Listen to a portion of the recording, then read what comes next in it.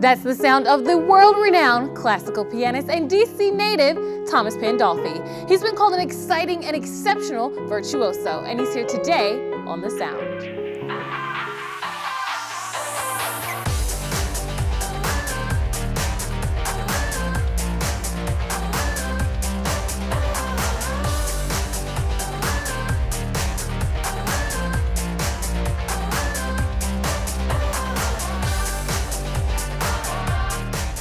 Hi everyone, I'm Britt Waters, and today on The Sound, excitement, passion, lyricism, and expressiveness are all qualities that Thomas Pandolfi says he strives to bring to each and every performance, whether as a soloist or with an orchestra. Now Thomas, that's a lot of stuff going on while still playing piano. Does that crowd your mind?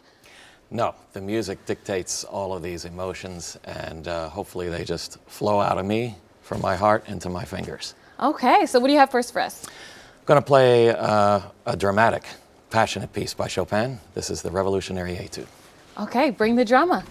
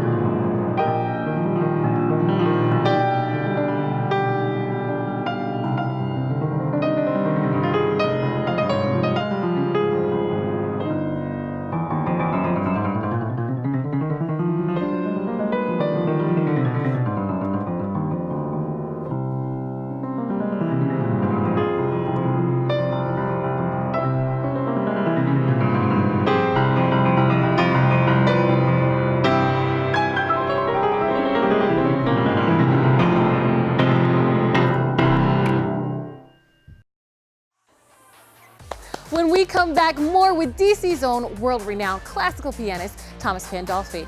I definitely want to ask him about this James Bond concerto, so stick around for more of The Sound.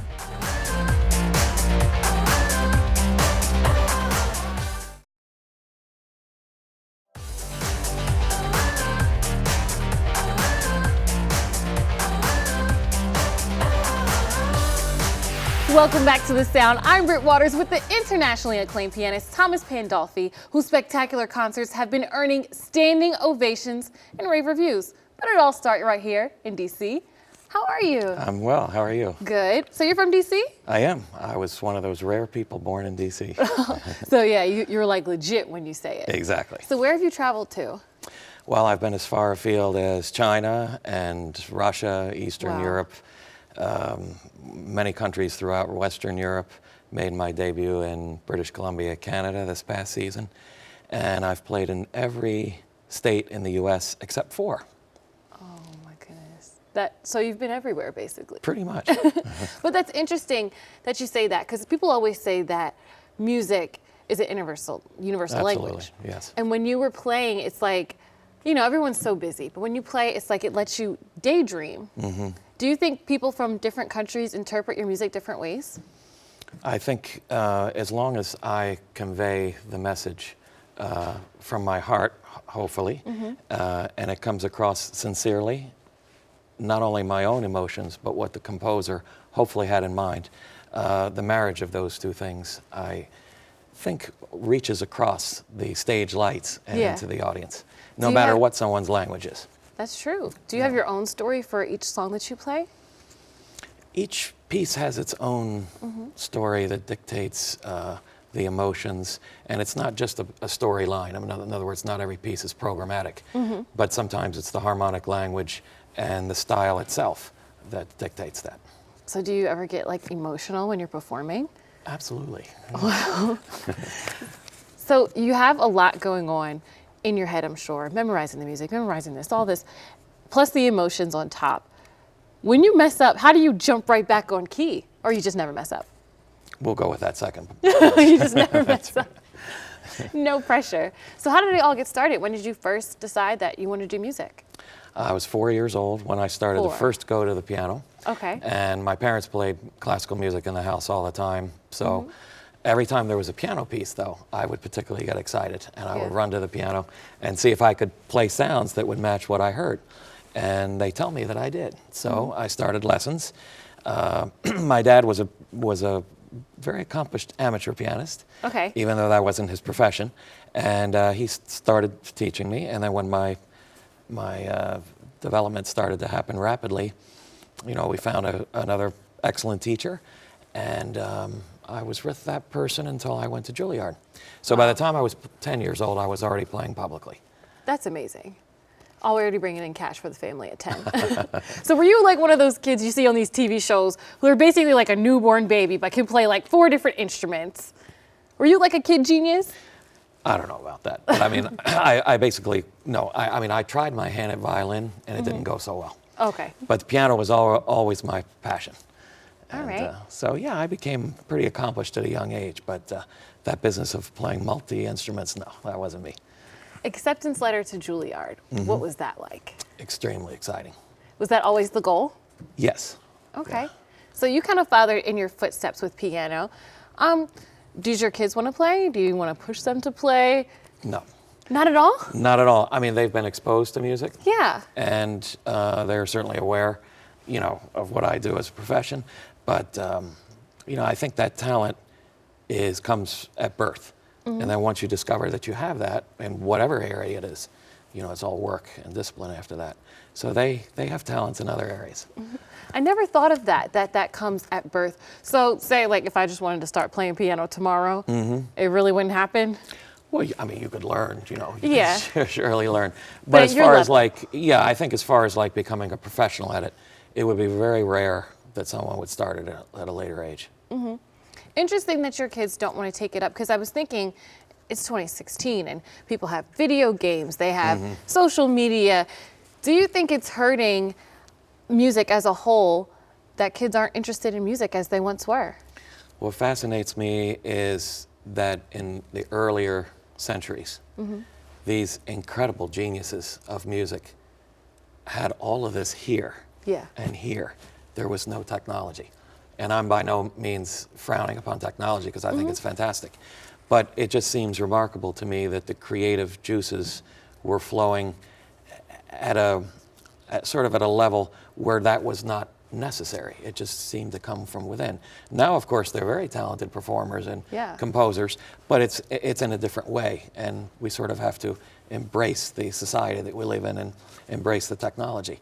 But I'm sure, you know, with all those distractions, I mean, if I was a kid again, I'm sure I'd want to play all of those, all the video games. But you're making music and piano cool with the whole James Bond thing. How does that connect?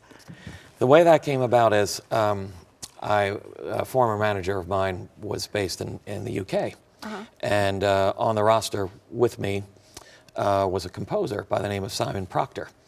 And he composed a piece. He sort of had the first draft of a piece in 2007 because of 007. Okay. And had this idea of making a very virtuoso piece for piano with orchestra that would include every single James Bond theme from all the movies up until that time.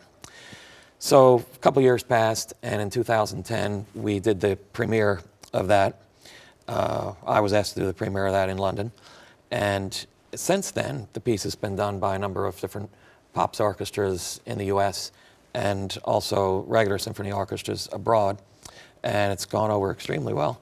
And he has since, the composer that is, added the latest themes from Spectre and Skyfall and all of these cool, beautiful melodies. So it keeps building and building and building. Exactly. And when I watch those movies, it's definitely the music that keeps moving the movie along. I think, you know, like you said, the soundtrack of any film contributes to the whatever's happening in the scene. So if you can imagine a movie that didn't have a soundtrack, I don't think it would have anywhere near the impact. It's the music that makes me scared in a scary movie. It's the music that makes me want to cry. Right. So when you're at home, how often do you practice, or it just comes naturally to you by this point? Oh no, that's a common fallacy that people think that when you get to a certain level that you no longer have to practice as much, and I find it's quite the opposite. I think the more exposure you have, the more notoriety that you receive, there's more of a responsibility, really, to not only yourself, but to the composer. And, you know, of course, all of these pieces are much greater, really, than they can be performed. And so, you know, it takes a lifetime of study, and then even it's still not enough. So I think... Doesn't look easy. So it's, I mean, it's kind of like a professional athlete who's constantly in training. And so you can't go down on that. You know, you have to be constantly striving to the highest level, the stratospheric level. So what is that level? Because I look at you, I'm like, that's the level. When I hear myself, you know, let's say on a video after a performance, or if the symphony sends me a archival recording, I'll listen to it, and what I'm hearing is, of course, I can tell if it's successful or not in the sense of how it was transmitted. But what I'm listening for are things that I can always do better on subsequent performances. And not necessarily do better in the traditional sense. It may be some turn of the phrase I want to make more beautiful, or some different pedal effect, or some gradation of not only pedaling, but the difference of articulation in the touch. Okay. So do you have a last word for someone that wants to get to that point? Have the drive, have the discipline, have the love for it, and the passion. And after that, it's just all work. It's sweet slavery, though. Sweet slavery. Yes. Let's get back to some of that then. When we come back, our soundstage will be back in the gifted hands of DC's own Thomas Pandolfi. Stick around for more of this.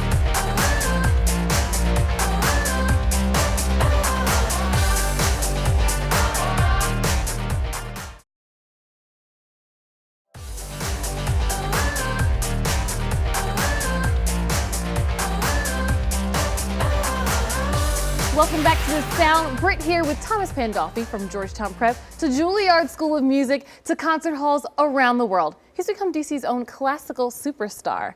You're super talented. You really close your eyes sometimes when you play? I really do. I'm going to be looking out for that. What do you have up next for us?